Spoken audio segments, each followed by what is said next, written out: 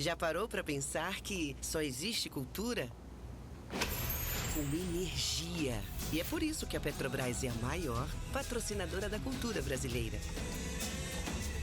Se depender da gente, essa energia nunca vai faltar. Programa Petrobras Cultural. Mais energia para a cultura. Petrobras, líder na transição energética justa. O Brasil é a nossa energia.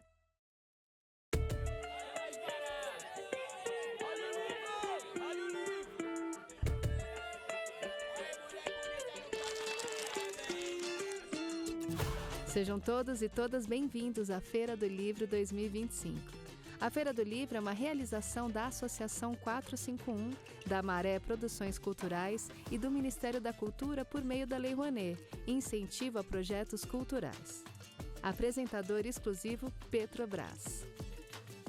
Patrocínio Prefeitura de São Paulo e Motiva por meio do seu instituto na categoria Prata, Itaú Unibanco na categoria Bronze. Apoio Instituto Ibirapitanga, Pinheiro Neto Advogados e Enjoei.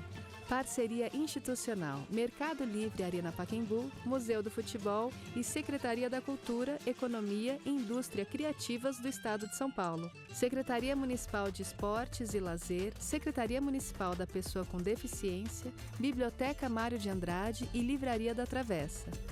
Apoio institucional Embaixada da França no Brasil, Instituto Camões, Instituto Cervantes, Canada Council for the Arts, Acción Cultural Espanhola, Ernesto Tsirunik Advocacia, ETAD, Vagalume, Ecoar, Quiro, Inside by Meliá São Paulo e Genópolis, Bubu Restaurante e Ovo.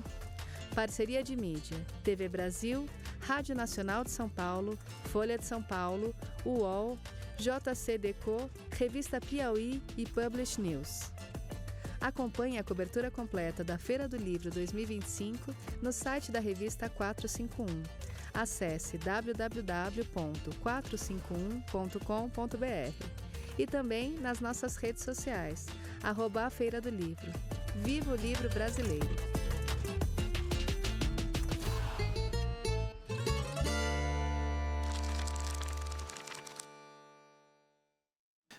É um prazer estar aqui com as duas Marinas, né? A Marina que eu já conhecia lá e a Marina Berry aqui, que era conhecida de redes sociais e eu acompanhava também o trabalho dela. E isso foi uma oportunidade para a gente, como dizem os russos, né? Razvirtualizироваться, quer dizer, desvirtualizar, uma palavra boa para uma próxima edição do alfabeto russo. E estar aqui em torno desse livro que realmente é encantador e para todo o público leitor, mas acho que especialmente para quem gosta de literatura e cultura russa, é uma oportunidade muito, muito legal e importante, né, agora, sobretudo nessa conjuntura ingrata, né. É sempre bom poder se realfabetizar, né, ou se alfabetizar nos temas russos, né, e acho que a Marina faz isso de uma maneira maravilhosa. Então, o livro dela é altamente recomendado, tanto para quem está iniciando, né, na literatura russa, quanto quem já tem familiaridade, que vai ter oportunidade de ver uma série de coisas por outros ângulos, né. Agora, sobre sua pergunta, Marina, muito rapidamente, a minha relação, de certa maneira, é um pouco parecida com a língua russa, parecida com a da Marina, porque eu estudei História na graduação, no Rio de Janeiro, eu não morava em São Paulo, então, apesar dessa rede universitária, de fato, mais constante, ou talvez mais sólida do que em outros lugares da América Latina, do ponto de vista da universidade, né, que havia aqui em São Paulo, em torno da figura do professor Boris Schneiderman, né, que é o grande tradutor e fundador da área no Brasil, mas eu fiz um caminho mais ou menos paralelo, né. Eu cheguei na USP mais velho, depois de ter feito formação em outros lugares, e sempre aprendendo russo de maneiras diferentes, com professores particulares, né, inicialmente, quando eu estava na graduação, ainda em História, e com um objetivo não tanto de me especializar no ensino da língua, né, mas sim de trabalhar com ela profissionalmente para fazer pesquisa ligado a temas russos. Esse era o objetivo principal. E tem uma coisa muito interessante, um paralelo entre os dois livros, ou entre os 3 livros de vocês, ou 4, né? Porque antes do alfabeto russo, a Marina já tinha publicado um livro que vai fazer parte de uma trilogia, né, Marina? Que é Dicionário Russo, foi o primeiro. Alfabeto Russo, que está saindo aqui no Brasil. Podem ser lidos separadamente. E, em breve, a gente vai ter o Atlas Russo, né? E os livros e esses livros da Marina, se a gente for traçar um paralelo com os livros do Bruno, né, que é da Stepe Akatinga e Dostoiévski na Rua do Ouvidor, eles vão em caminhos completamente contrários, né? Porque, enquanto a Marina tenta fugir de qualquer jeito de Dostoiévski e Tolstói, e Tchekhov, né? Dostoiévski e Tchekhov, o Bruno tenta entender por que a América Latina gosta tanto disso, né? Inclusive, num documentário recente que eu assisti sobre o Papa Francisco, no HBO, estava lá o Papa Francisco falando de Dostoiévski. Vocês poderiam comentar um pouquinho para mim essa abordagem de vocês, das pesquisas e dessa escrita desses livros, buscando essa abordagem? Bueno, en mi caso no es que, bueno, quizás sí trataba de escapar, pero son autores tan trabajados, sobre los que se estudió tanto, se dijo tanto, y que por otro lado creo que la gente conoce y puede disfrutar por sí misma, ¿no? La mayoría o muchas de las personas, por lo menos en Buenos Aires, en Argentina, que les gusta la literatura rusa muchísimo, lo que leyeron es o Tolstói o Dostoyevsky, o Chekhov, diría que son como los 3, quizás Bulgakov, en Buenos Aires también. Y lo que yo traté de hacer en el libro, por lo menos en la primera parte, que está organizado como un alfabeto, ¿no? El libro, y son las minúsculas, fue lo primero que escribí, era pensar, bueno, voy a ver otras cosas de la literatura rusa y también de la no literatura, otros autores contemporáneos o muy antiguos, diccionarios de ruso, tratar de recorrer por diccionarios modernos, diccionarios antiguos, dibujos animados, envoltorios de golosinas, que en Rusia son también un aspecto cultural importante. Traté de armar los recorridos por esos lugares. Cuando pensé que el libro tenía que ser más extenso y salió esta idea de escribir las mayúsculas, ahí sí dije, bueno, ¿cómo no voy a poner a Tolstói? ¿Cómo no voy a poner a Dostoyevsky? Y lo que hice fue tratar de hablar un poco de esos autores de manera lateral. Por ejemplo, hay un ensayo en el libro sobre Noches Blancas, pero lo que hice fue hablar de los dibujos que acompañan una edición que yo tengo. O en el caso de Tolstói, hablar de algo por lo menos conocido en Argentina, en Buenos Aires, que son los diarios. Entonces traté de hacer mi camino por aspectos un poco menos transitados, por lo menos para el lector hispanohablante. Algunas de las cosas para los rusos son, creo, mucho más conocidas, otras tampoco los rusos lo conocen porque los busqué en lugares insólitos. Así que eso fue un poco la idea del alfabeto y la relación con los grandes clásicos rusos. Diante desse colosso que é a literatura russa, os caminhos historicamente foram, generalizando bastante por 2 vias, né, as abordagens. Teve gente que tentou, impressionado, né, com a força e a dimensão dessa literatura, fazer grandes sínteses, né, trabalhos sistemáticos, né, e outros foram pelo caminho da fragmentação, do detalhe revelador, lendo o livro da Marina, que segue esse segundo caminho. Eu lembrei de um trabalho, uma história da literatura russa, de uma professora de Oxford, a Catriona Kelly, que falou, não vou tentar escrever uma história da literatura russa como mais um livrão de 700 páginas ou 800 páginas, eu vou pegar um poema do Pushkin né? Pushkin, que é um grande poeta nacional russo. Vou pegar um poema do Pushkin e vou, para cada verso dele, eu vou puxar um fio e fazer um pequeno capítulo, né, a partir daí. Né? Então, é uma via próxima, né, da que a Marina foi e que me fascinou. Né? Eu talvez tenha cedido ao canto, né, da sereia, do livrão, do livrão, e tentei fazer um trabalho de pesquisa de fonte primária, de arquivo, né, no fundo, pagando tributo a essa formação de historiador, né, que eu tive, de tentar entender processos, né, mais longos, enfim, sociais, né, com muita contextualização. Então, os livros ficaram... eu espero que não tenham ficado...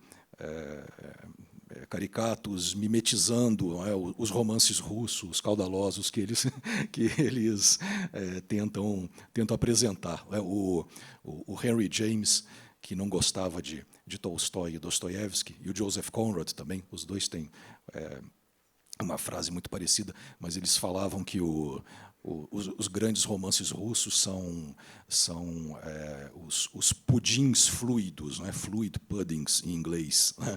Colossais, gigantescos. Eles não gostavam, né, dessa coisa excessiva, enfim. Então, eu espero não ter caído nesse pecado, nessa tentação que é muito comum para quem trabalha com a literatura russa, né, de fazer o grande livrão. São abordagens diferentes, ao mesmo tempo que também, né, são assuntos bem diferentes. A Marina, ela é, né, professora de linguística espanhola, né, Marina, na Universidade de Buenos Aires. E a escrita desse livro é um pouco mais solta, né?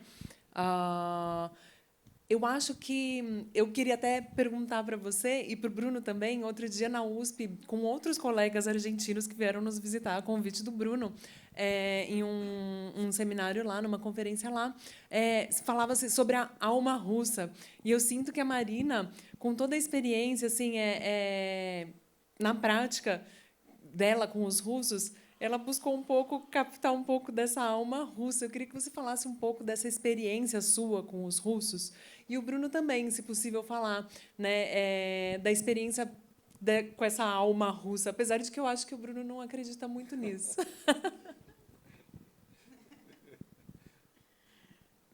Bueno, es un término polémico, el alma rusa, pero creo que yo traté de buscar a Rusia en los detalles, eso, ir por el detalle o las cosas que a mí me fascinaban de Rusia, de los rusos, que tiene un carácter peculiar. Yo estuve poco tiempo en Rusia, estuve una vez 1 mes y medio y otra vez 3 semanas paseando, no más, todo mi ruso es a distancia.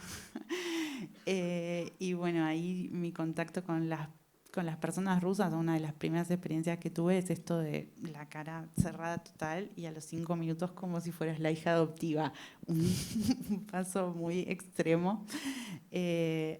Así que, bueno, en el libro traté de mostrar esas cosas, esos detalles que se conocen un poco a partir de leer mucho. Yo sí tengo muchos amigos rusos tengo amigos rusos que viven en Argentina.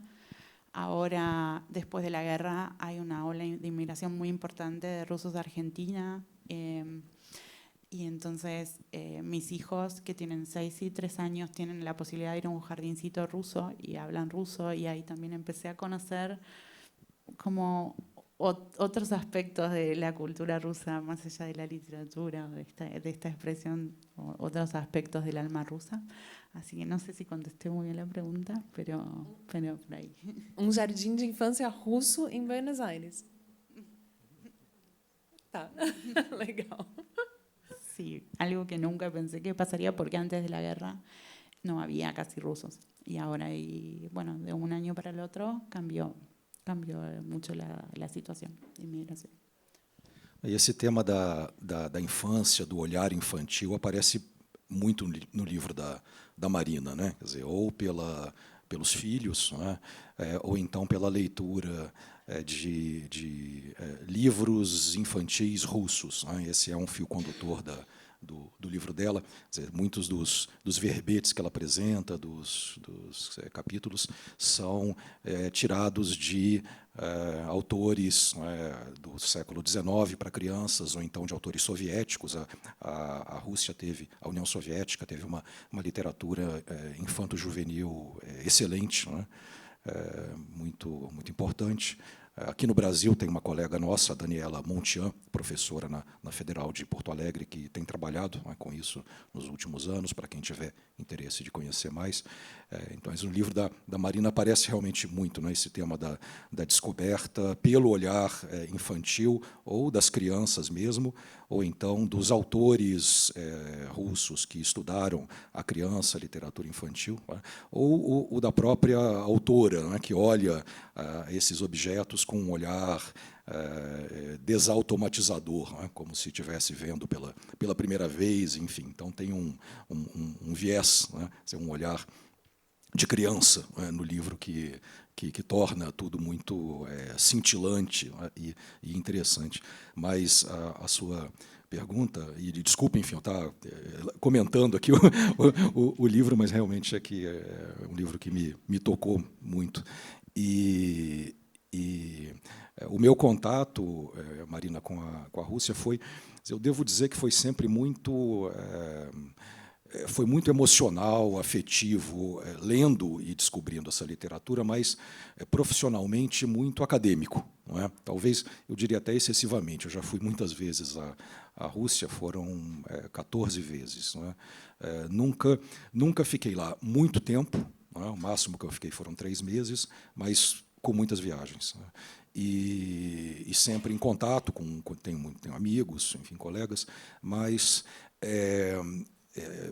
as viagens sempre muito ligadas à pesquisa, à leitura, alguma finalidade prática específica, com algum financiamento, prazos para cumprir, não é? Então, eu até lamento não ter viajado mais pelo país, não é? São aquelas coisas que você está sempre adiando, não é? Conheço muito bem Moscou e Petersburgo e algumas outras cidades vizinhas, não é? Mas gostaria, enfim, a grande viagem, né, pela Sibéria, enfim, ou ao longo do Volga, ou coisas do tipo, você vai jogando mais para frente, né? Jogando mais para frente, quando não estiver tão ligado a burocracias universitárias e das agências de financiamento.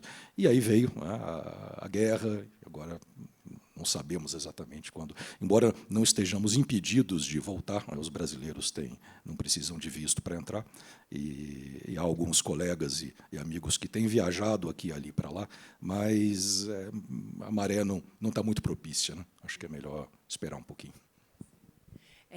Só mencionando, né, que esse trabalho que você mencionou da Daniela Montian deve sair em breve pela editora EDUSP, né, sobre literatura infantil russa. Bem lembrado. É legal que você tocou no ponto da guerra, que era o próximo ponto que eu queria perguntar para vocês. A Marina, ela menciona brevemente, né, esse ponto no livro dela, e o Bruno organizou também uma coletânea com a editora Knorus, né, sobre o tema. E eu queria saber um pouco sobre como essa infelicidade da guerra afetou os trabalhos de vocês.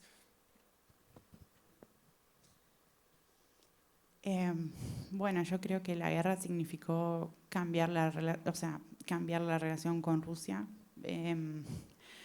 Por supuesto, para mí Rusia es incancelable, ¿no? Tengo gran parte del corazón ahí. Pero esto que contaba, de golpe yo tenía un proyecto, una idea de como dice Bruno, volver a Rusia. En mi caso, al revés, yo tuve la oportunidad de hacer más turismo, pero me quedó pendiente el deseo de estar ahí, de estudiar, de estar en la universidad, y siempre tuve como esta idea, bueno, y de paso que mis hijos también aprendan allá. Y bueno, entonces cuando estalló la guerra dije, uy, no va a pasar nada de todo esto, y de golpe tuve a Rusia en Argentina, lo cual creo que el alfabeto es un poco el resultado de eso, ¿no? De, como decía, es un libro escrito a distancia, con Rusia adentro, pero muy lejos. Por ahora, no sé, yo no iría a Rusia en esta situación, me da miedo, básicamente. pero sigo estando con Rusia de otra manera, descubriendo otras cosas, teniendo también otra relación con Rusia a partir de esto de amigos rusos ahora nuevos, amiguitos de mis hijos que son rusos y hablan ruso y todavía español no mucho. Así que, bueno, en lo personal, no voy a hablar de la cuestión política, que por supuesto es tristísimo y doloroso, pero en lo personal significó, creo que, poder construir otra relação com Rússia desde lejos. A situação mudou muito, né, na nossa área. Bom, internacionalmente mudou demais, né, do ponto de vista universitário. A situação é outro mundo, né? Estamos num outro universo, porque as relações acadêmicas, né, de pesquisa, enfim, entre a Rússia e o norte global, elas foram praticamente interrompidas, né? Pode-se continuar trabalhando com colegas individuais na Rússia, mas parcerias acadêmicas, né, isso foi extinto. Aqui no Brasil, a situação é ambígua, porque há um investimento, né, do governo russo no chamado Sul Global, né? Então, eles estão tentando estabelecer parcerias, pagando viagens, né, de colegas latino-americanos. Se a pessoa não tem problemas com a situação política, essa é a época áurea, né, para ir para a Rússia, porque eles estão querendo gente lá, né, estão pagando viagens. Eu tenho me manifestado muito criticamente em relação à guerra e à ação russa na guerra, particularmente, né, e então não me valeria desses meios, nem que fosse convidado, na verdade, agora, né. Mas aqui na Universidade Brasileira, no nosso curso, há uma clivagem muito evidente, né? Não vou entrar aqui em minúcias, porque o tema também é polêmico, né? Suscetível, mas sensível, mas do ponto de vista dos alunos, enfim, eu vejo uma disputa, né, de opiniões que eu nunca vi desde que estou na universidade. Provavelmente era algo parecido na época soviética, né, enquanto a União Soviética existia, imagino, né, e também pelo que a gente lê e ouve, né, que devia haver uma disputa de posições, mas eu entrei na faculdade exatamente no ano em que a União Soviética terminou, né? Então, não vivi como estudante, né, esse tipo de, nem como professor, esse tipo de experiência. Do ponto de vista editorial, eu creio que continua havendo muito interesse. Eu não sei se isso se refletiu aqui no Brasil, em termos editoriais, né, de projetos, de tradução de literatura, numa escala significativa, né? Então, continua havendo interesse, enfim, né, como público aqui presente demonstra, os editores também. Lá fora, a coisa está mais complicada. Não sei se as editoras, se há um cancelamento em massa de literatura russa. Ela continua a ser publicada, traduzida, depende muito de país para país, não é? Há um esforço que não é negativo de modo nenhum, pelo contrário, de se tentar ampliar, não é, o quadro das literaturas eslavas, enfim, tentar se rediscutir, não é, o que é exatamente russo, o que é russófono, não é? Talvez, como todo evento grave, né, como esse, força a gente a pensar, não é, certas questões e hierarquias, não é, e construções que pareciam muito sólidas, dadas nesse sentido, não que a guerra seja positiva, porque não é de modo nenhum, claro, não é, mas a gente possa tirar, não é, um processo, um esforço de revisão, não é, de uma certa história da literatura russa, muito confortável, não é, e forçar a gente, não é, a reavaliar, não é, certos esquemas, não é? Então, nesse sentido, pode ser que tenha um resultado criativo do ponto de vista da pesquisa. Vamos ver. Uma questão que surge aqui, então, e espero estar correspondendo com os anseios do público, mas eu imagino que todo mundo aqui se interessa tanto por literatura russa quanto por né, a língua russa, o estudo da língua e de tradução. Então, acho que talvez, sim, tenha a ver. Bom, da mesma maneira que tudo isso está acontecendo na Rússia, tem muita coisa acontecendo nos Estados Unidos, e para a gente também, e para todos os latino-americanos, qualquer conexão com universidades estadunidenses é muito complicada, né? Inclusive com os financiamentos que eles têm feito para coisas muito feias também. Então, se vocês dois acham que esse é um momento de unir aquilo que estava desconexo na América Latina, porque, afinal de contas, todos nós temos os nossos estudos de russística, e que realmente a gente não sente, né, que muito recentemente a gente tem visto os nossos irmãos pisarem por aqui, e vários colegas da USP têm ido para lá também, pelo menos para a Argentina e tudo mais. Está um pouco restrito Brasil e Argentina, me parece, por enquanto, mas eu acho que tem tido esses esforços. Que vocês acham sobre isso? Assim, esse Sul global tem esforços nesse momento, com essa divisão que a gente está com o Norte, para unir forças e esses estudos de eslavística, de russística, se unirem?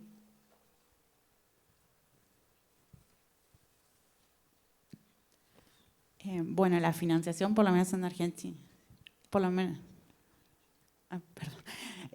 la financiación en Argentina siempre, y para humanidades especialmente, y ahora especialmente, es difícil, pero creo que desde el punto de vista de humanos, investigadores, hay ahora un esfuerzo grande.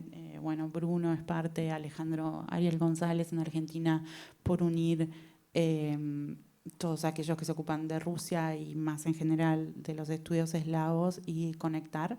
La verdad es que hay mucha gente que estaba ahí, que creo que todavía está trabajando aislada en sus temas, pero hay un esfuerzo más grande por conectarlos. En Argentina tenemos la jornada de estudios eslavos, que el año pasado se amplió para recibir trabajos en portugués, y tuvimos varios colegas de Brasil, sobre todo, que vinieron.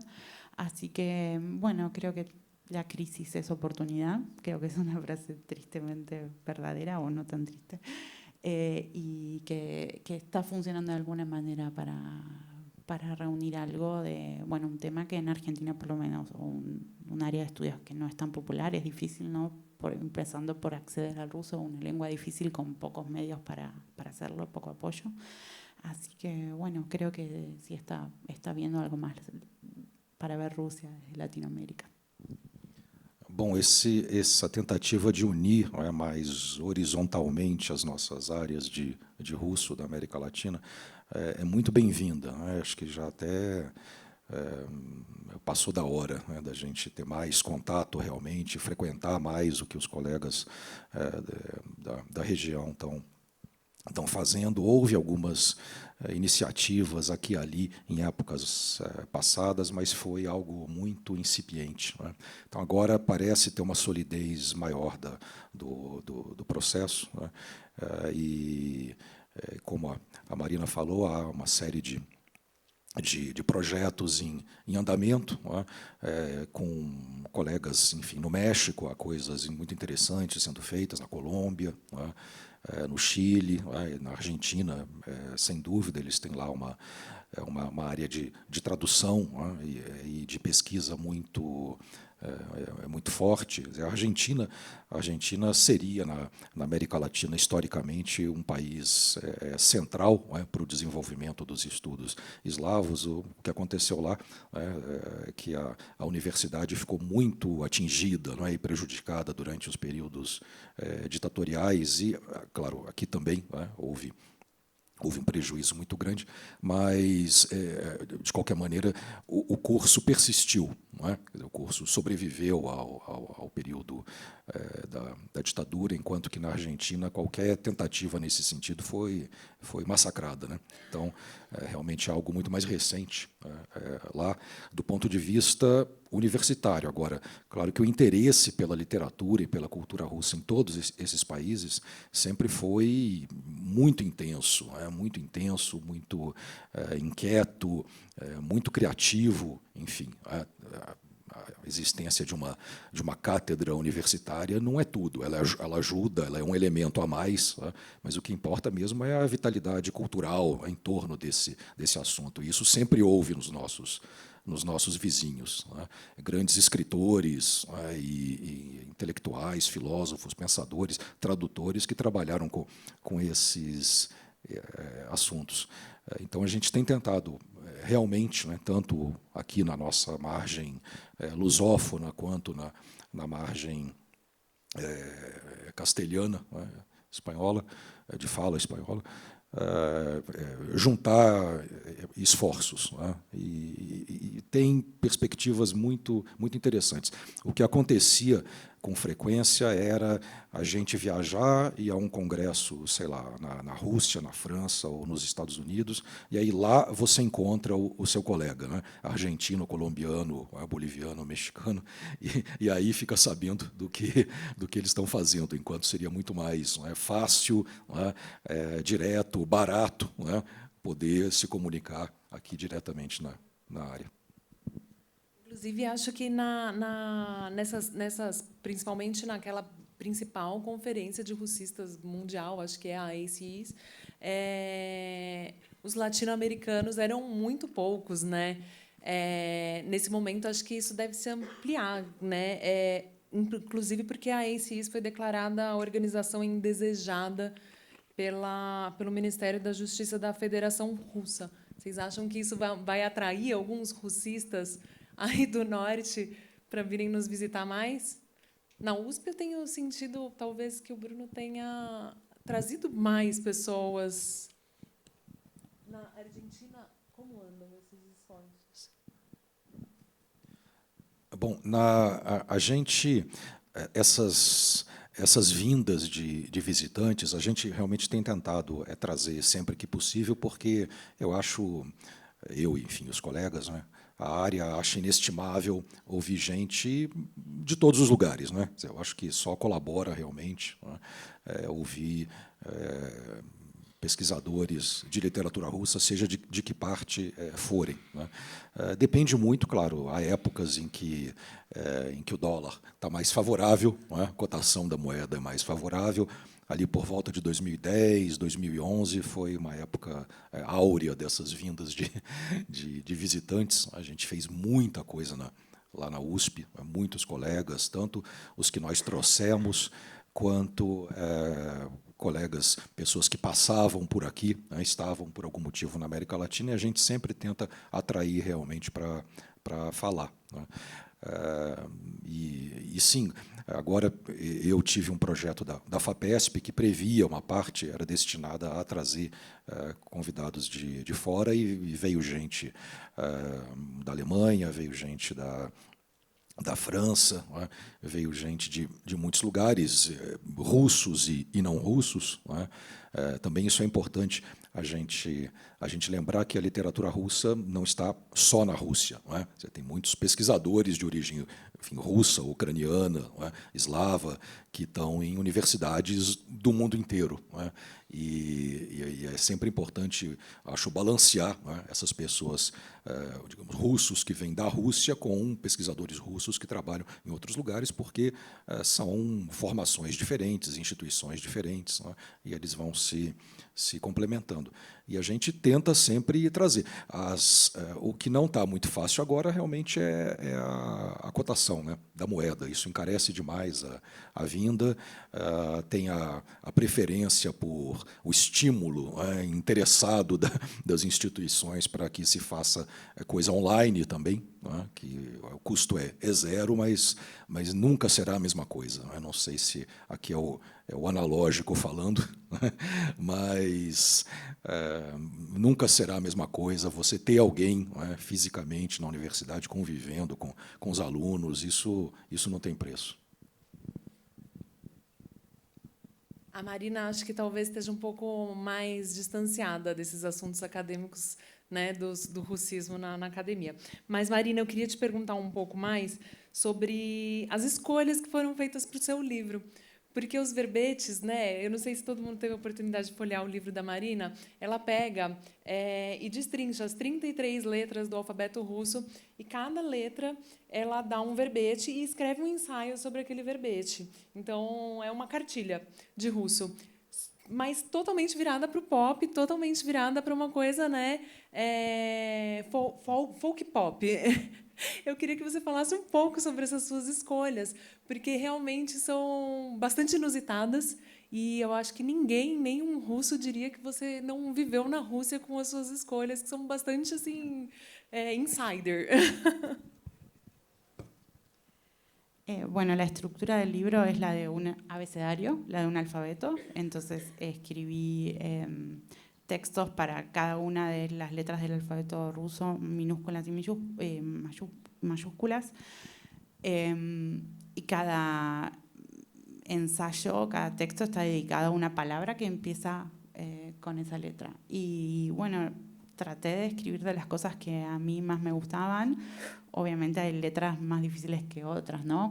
Cuando en español, no sé, hay que escribir algo sobre la Z o la X, hay que pensar bien en la palabra y eso también forzó, pero creo que también por ahí fue buscar otros caminos y ver muchas cosas, leer mucho, ver mucho para escribir cada ensayo. Traté de que bueno, me parece que el tono va un poco, el tono que no es un tono erudito ni de investigación, va un poco con esas elecciones, ¿no? Que tienen que ver, sí, esto, desde cómo eran y cómo son los envoltorios de las golosinas, qué dibujos animados hay clásicos por ahí para una letra, cuáles son los dibujos animados de hoy, que Rusia tiene, por ejemplo, una tradición muy fuerte en hacer animaciones hermosas con otro tipo de historias, no es lo que en Argentina se ve, no sé, en Brasil, es Paw Patrol o estos superhéroes, ¿no? Entonces, bueno, ir por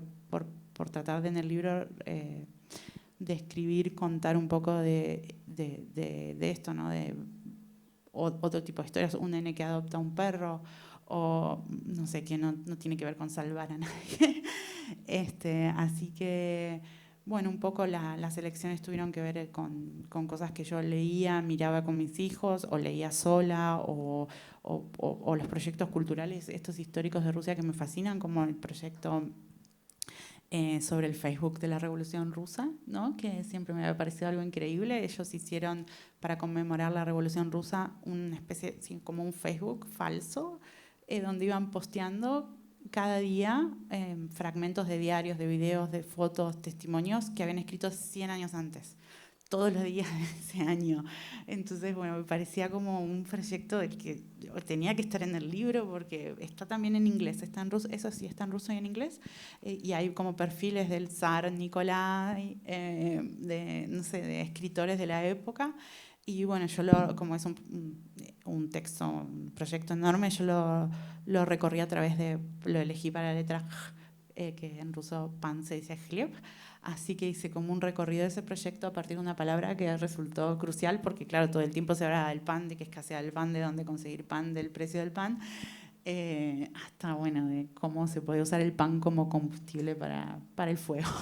Así que un poco las elecciones tuvieron que ver con esta estructura de abecedario y con tocar otros aspectos de la cultura rusa que son fascinantes, que fui conociendo gracias a mis profesores, gracias a vagabundear un poco por la posibilidad, gracias a esta necesidad, ¿no? De, bueno, estoy lejos, necesito practicar la oralidad, entonces busco podcast y otras cosas que los rusos, la verdad, hacen muy bien. Marina brasileira, se me permite aqui, eu achei que nessa forma do livro da Marina, né, é muito interessante porque pode-se, claro, abrir o livro a esmo, né, e ler os verbetes de maneira isolada, mas tem fios também, né, fios que atravessam o texto e ele começa, inclusive, o primeiro verbete é sobre alogismos, né, e que é tirado de um estudo de um grande pesquisador russo chamado Yuri Man, né, sobre o Gogol, Nikolai Gogol, E ali, de certa maneira, ela estabelece, eu não diria um método, enfim, porque não é isso, mas estabelece um procedimento, né, que vai ser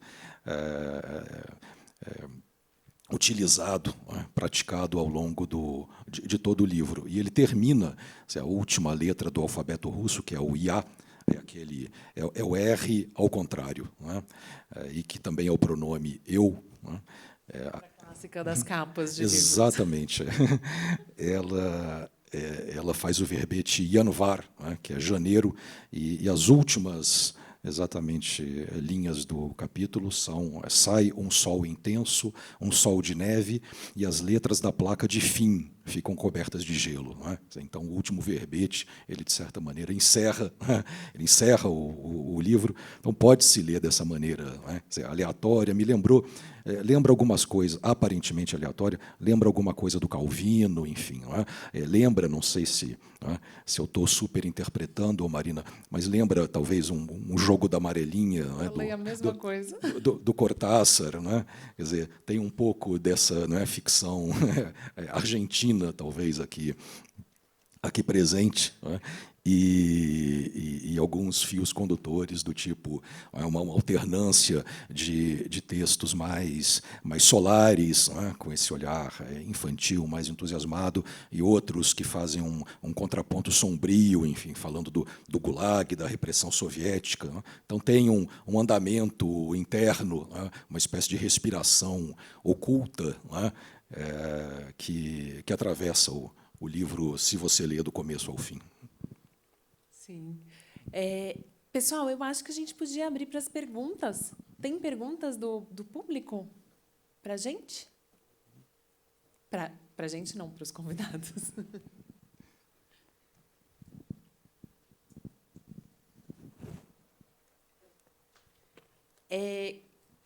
E agradecer, já começar a agradecer, eu queria agradecer, que eu não agradeci no começo, aos nossos tradutores, né, os tradutores de Libras, do espanhol também, que sem eles a gente teria que falar russo. Eu teria que falar russo com a Marina, porque não teria outra possibilidade.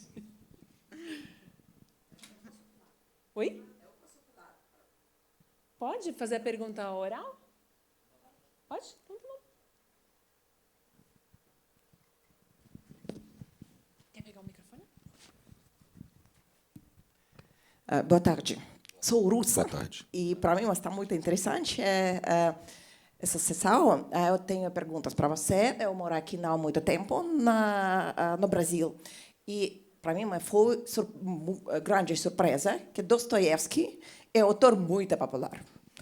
Todos os meus amigos brasileiros sabem Dostoiévski. Ele é mais popular que na Rússia. Todos os russos nós sabemos Dostoiévski porque ele é autor que é incluído no programa de leitura na escola. E nós precisamos ler esse livro. Essa é a minha primeira pergunta. Por que Dostoiévski, quando você... porque Dostoiévski aqui no Brasil é muito popular para brasileiros, porque o contexto no Brasil, o contexto na Rússia, especialmente quando nós discutimos sobre São Petersburgo, essa cidade com muitos tempos sem sol, muitas chuvas, um pouco de depressão. Dostoiévski morava nessa cidade. E essa é a minha primeira pergunta. A segunda pergunta, nós discutimos sobre os autores clássicos. Dostoiévski, Gogol, Pushkin, Chekhov. O que você pode falar sobre autores contemporâneos de russos? Por quê? Para últimos anos, até a guerra, a área de leitura na Rússia ha desenvolvido muito. E nós temos muitos autores, e para mim, aqui no Brasil, eu vou participar no clube de leitura com um livro da autora russa, Marina Stepanova. Tem dois livros foram traduzidos na língua portuguesa. Para outras autoras. Eu tenho perguntas sobre outras autoras contemporâneas da Rússia que você gosta e você gosta também no Brasil. Obrigada. Qual é o seu nome? Tatiana. Tatiana, seu nome? Ananieva. Normalmente Ananieva. Ananieva na língua russa. Tá bom. Obrigada, Tatiana. É para vocês responderem, não eu. Bueno, voy a empezar por la última, después hablo de Dostoyevsky, que en Argentina pasa algo parecido. Bueno, a mí la literatura contemporánea rusa me gusta mucho, en particular, y en el alfabeto traté de nombrar las cosas que a mí me gustan. Oleg Sayonchkovsky, me gusta mucho. Gusel Yagina, Zuleika abre los ojos. Son obras que, bueno, algunas están traducidas al español, pero en Argentina o son carísimas porque son de España, entonces también me parecía como lindo hablar de ellas y no de Tolstoy o Dostoyevsky para que sean como recuperadas de alguna manera, que estén a disposición. Quizás la traducción existe, pero comprar un libro en España, bueno, ahora el cambio al revés nos favorece, no sé por cuánto, pero se vuelve como inaccesible.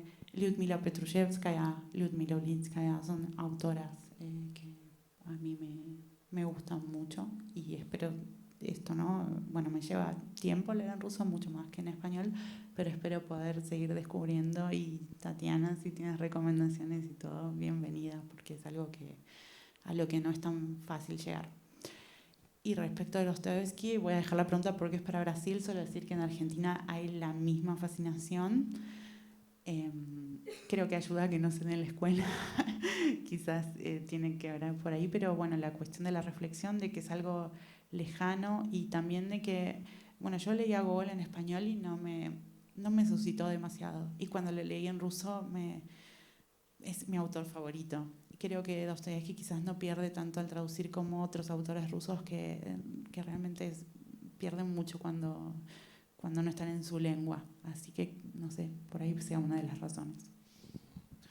Sim, o Dostoiévski, historicamente, é o autor mais popular no exterior, né? Fora da Rússia. O Brasil não é exclusividade nesse sentido. Ele foi o autor, desde que a literatura russa se popularizou no mundo, no final do século XIX, ele foi o mais...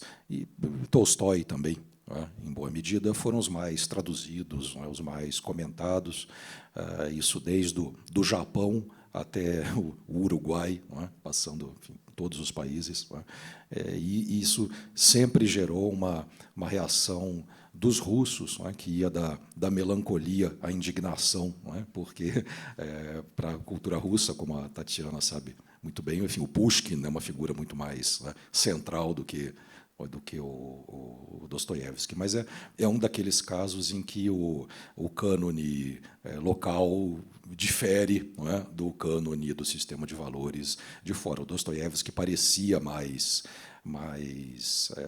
diferente, trazer algo de mais inovador, até mesmo com uma certa dose de exotismo na primeira recepção da literatura russa. O Pushkin parecia muito europeu, digamos, para os leitores que queriam alguma coisa mais diferente, impactante, e a dificuldade, no caso do Pushkin, de escrever uma boa parte da sua obra em verso, com poesia. Depende de um outro percurso de tradução, que a prosa não exige, não que seja mais fácil, mas é um outro percurso. Então, isso contribuiu para que o Dostoiévski se tornasse mais popular. Mas eu não diria que é uma exclusividade brasileira. Isso é um fenômeno internacional que se repete aqui nesses mesmos termos. E quanto à literatura contemporânea, são mais ou menos os mesmos autores que a Marina citou, e, sobretudo, autoras. Acho importante destacar que a literatura russófona contemporânea, que também a gente tem que falar não só de literatura russa, mas talvez russófona, porque são escritores e escritoras escrevendo em russo, mas na Letônia, na Geórgia, enfim, em muitos países, mas escrevendo em russo, e muitas mulheres, grandes escritoras, não é? Enfim, além das citadas aqui, não é? Ulitskaya, Petrushevskaya, não é? A Stepanova, enfim, então realmente um conjunto importante. Agora, para traduzir mais autores e autoras contemporâneos, entram outras questões em jogo, e os editores aqui presentes sabem bem, entram questões de direitos autorais, por exemplo, não é? Assim, autores clássicos em domínio público, muitas vezes é mais simples, não é? Traduzir, são vendagens já garantidas, digamos, não é? Então também tem essa questão. Tem mais alguma pergunta do público? Bruno, só uma pincelada, então, quando ela termina de escrever. Então, a gente pode falar também que, né, por entrar no cânone francês, né, e por nossas traduções serem intermediadas, tem alguma coisa a ver essa literatura? Você podia explicar? Sim, a primeira difusão internacional da literatura russa passou muito pela França, em primeiro lugar, não é? Por centros decisórios, não é? da Europa, e a França em primeiro lugar. Então, é um processo longo, não vou gastar muito tempo aqui, mas... Pode comprar o livro do Bruno, ali na EDUSP. A EDUSP, né? Mas a França ficou com um misto de fascínio e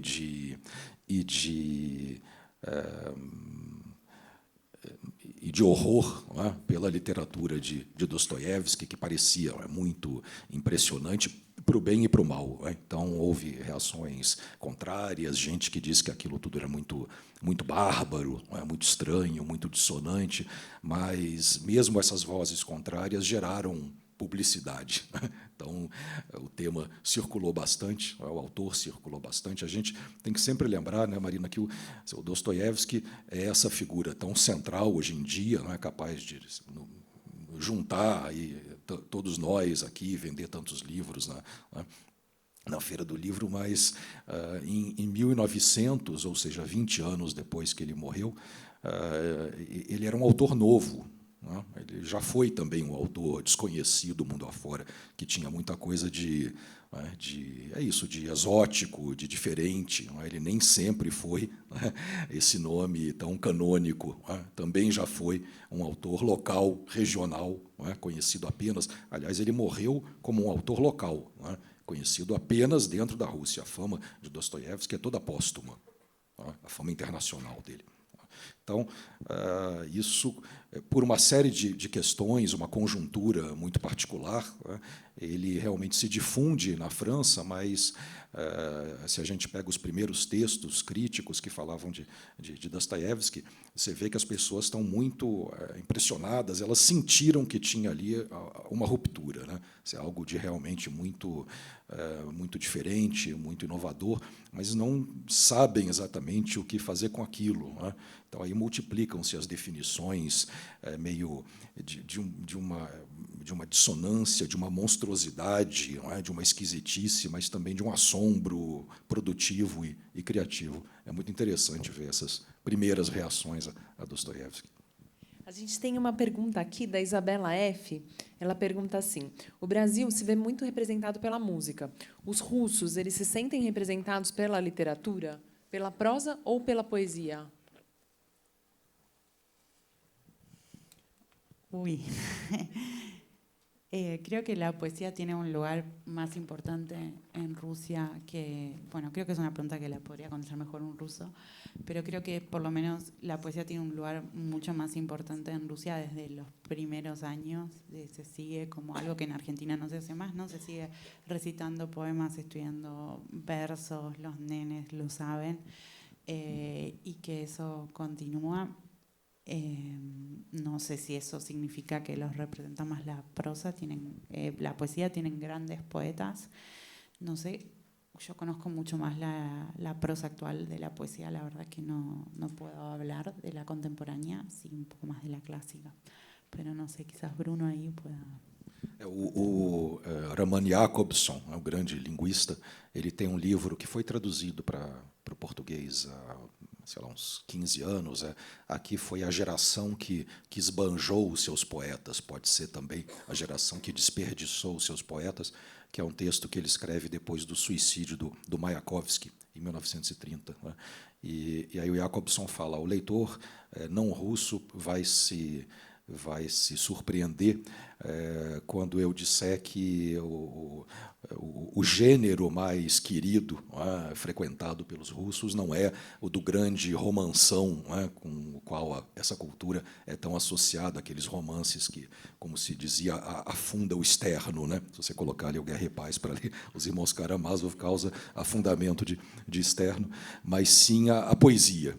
Poesia. Então, realmente é muito impressionante, né, Marina, enfim, para quem viaja para a Rússia, como que eles conhecem, decor realmente a formação pessoal e cultural de alguém historicamente dada pelo conhecimento e memorização de Pushkin, enfim, do Yevgeny Onegin, que é o romance em versos do Pushkin. As pessoas sabem decor, têm seus poetas preferidos, e isso em várias escalas e classes sociais. Na guerra, por exemplo, na Segunda Guerra Mundial, era muito impressionante. Repórteres estrangeiros que viam como soldados comuns sabiam decor Pasternak, Yesenin, um poeta muito popular, enfim, na Rússia. E isso, de fato, é muito forte. Parece tocar em uma corda, um nervo mais sensível do que propriamente a prosa, embora ela também seja muito querida. Quer dizer, a formação do russo leitor ou intelectual se fazia na literatura, basicamente, desde o século XIX, muito mais no período soviético. As pessoas acham que a formação era feita com Lenin ou com Marx. Não, a formação era feita com Tolstói, enfim, aí também com o romance europeu, Balzac, um romance realista europeu, muito mais do que com certos textos teóricos. E é curioso, né? Eu acho que talvez se possa falar que a poesia é para consumo interno, porque toda vez que você mostra uma tradução para um russo, nunca tá bom, porque eles, né? Eu vi o caso de uma tradução de um grande poeta russo passar por uma pessoa russa para cotejo, para dar uma olhada, mas não, como? Porque você não pode tocar, né? É sagrado, é sacro aquele material, né? Não tem alguma coisa assim de sagrado na poesia russa? Eu acho que aí, Marina, entra um pouco a mitologia romântica nacional da língua intraduzível, né? Quer dizer, isso é um mito romântico, essa ideia de que quanto mais intraduzível e difícil for o seu poeta ou o seu autor, mais isso representa não digo superioridade, mas uma força da própria cultura. Todas as línguas e poetas são intraduzíveis e todos são traduzíveis. Né? Então, tem que alguém chegar e traduzir. E aí eu dou o exemplo, né, das traduções magníficas feitas pelo Boris Schneiderman, pelo Haroldo e Augusto de Campos, aqui desde os anos 60, aqui no Brasil, né? Quer dizer, que são traduções que não só de poesia russa, né, que não só ajudaram a difundir esses nomes, mas que efetivamente colocaram muitos desses autores e versos na cultura brasileira. Né? Sei lá, a música popular brasileira, né? O Caetano Veloso, enfim, né? Fez tanta coisa em diálogo com essas traduções do Haroldo, do Augusto e do Boris. Então, aquilo teve um efeito, né? O Nelson Asher falou isso outro dia, de abrir a caixa, enfim, de pensar outras possibilidades de traduções, outras literaturas, outros cânones, não só para além da metodologia específica de tradução, mas o projeto teve uma ressonância cultural muito grande e para muita gente para muitos emigrados russos que de algum modo sabiam não o português fluentemente, mas sei lá, sabiam francês, italiano, espanhol, muita gente leu essas traduções e considerou as traduções de altíssimo nível. Sim. Inclusive, né, grandes tradutores italianos, né, que nem Uri Pelino, leram essas, né, e se baseavam nisso, escreveram, registraram suas opiniões sobre isso. Chegou uma outra pergunta aqui.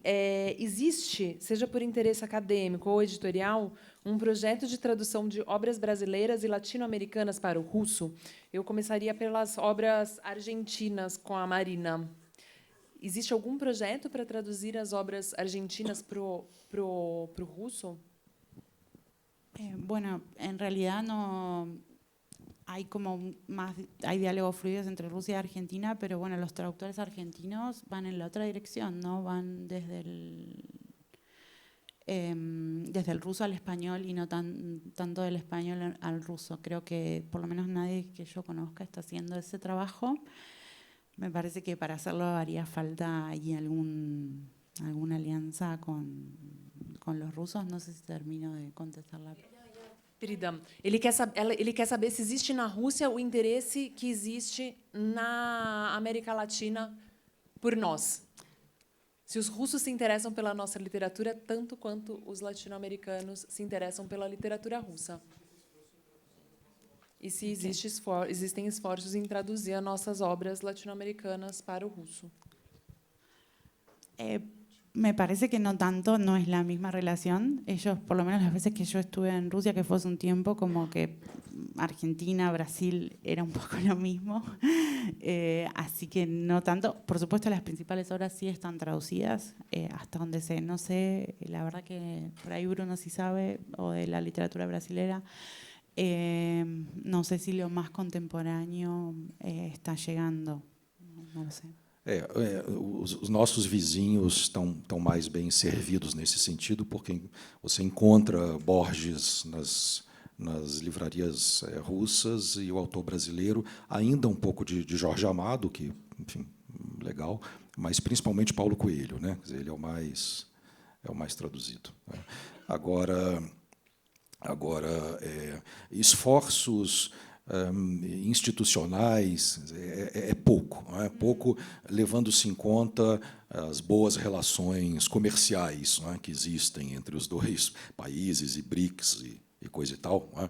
Seria de se supor um esforço um pouco maior, não é, do ponto de vista governamental de tradução. Há algumas iniciativas, mas, em geral, são coisas localizadas de colegas. Em São Petersburgo, há alguns anos, houve uma tradução de Machado de Assis, enfim, mas é discreto. No período soviético se traduziu muito mais, não é? Que a América Latina era uma área de interesse estratégico, depois de Cuba, principalmente, não é? E então traduziu-se com todas, enfim, problemas e muitas limitações, né, cortes aqui e ali, tudo aquilo que se sabe, mas traduziu-se Machado todo, traduziu-se Graciliano Ramos, né, traduziu-se Guimarães Rosa, enfim, Zé Lins do Rego, muita coisa de literatura brasileira, e em tiragens grandes, né? As tiragens soviéticas eram absurdas, né? Então, são tiragens que hoje a gente não consegue nem imaginar, né? Dezenas ou até centenas de milhares de exemplares. Então, traduziu-se bem mais no período soviético, mais prosa do que poesia, embora alguma poesia também, né? E hoje em dia muito pontual. No sentido reverso, há algumas iniciativas, ou seja, tem editais, instituições russas que ajudam a traduzir literatura russa aqui. Por exemplo, o Instituto da Tradução, Instituto Perivoda, que tem ajudado algumas editoras brasileiras. Você manda lá uma proposta e eles dão dinheiro para traduzir. Que eu saiba, não existe nada no sentido contrário. Tem mais uma pergunta. Na Argentina tampouco. Tem mais uma pergunta aqui, que acho que é a última, devido ao tempo. A pessoa está pedindo, poderiam falar um pouco mais sobre os livros de vocês e onde encontrá-los na feira?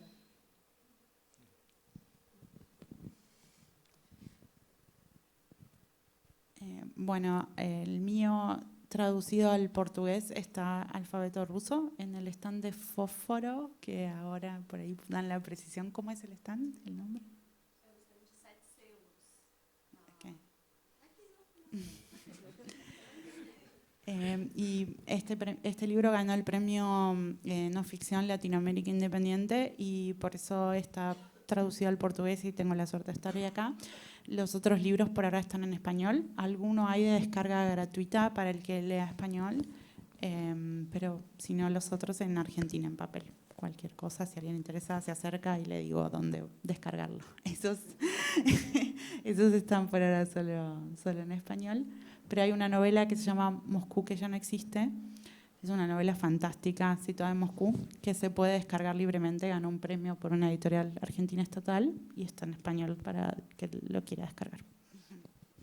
Bom, eu tenho livros na editora 34, né? Tem um deles que está aqui, a antologia.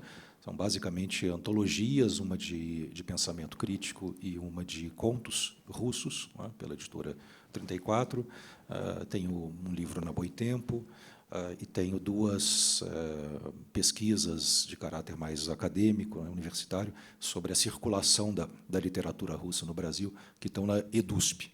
Né? Então, prestigiar as editoras universitárias também. Muito obrigada pela presença de vocês. Obrigada para o público. Obrigada aos tradutores. E até a próxima vez. Obrigado pela presença.